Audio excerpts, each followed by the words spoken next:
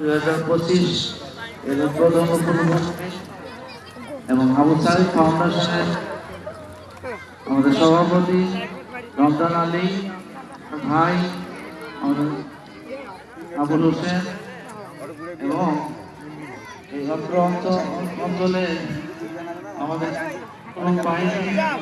এবং আবু সাইদ সহকর্মী সহ গ্রামবাসী এবং বিভিন্ন এলাকা থেকে আগত সম্মানিত অতিথিবৃন্দ, খেলোয়াড়বৃন্দ, আজকে যে দুটি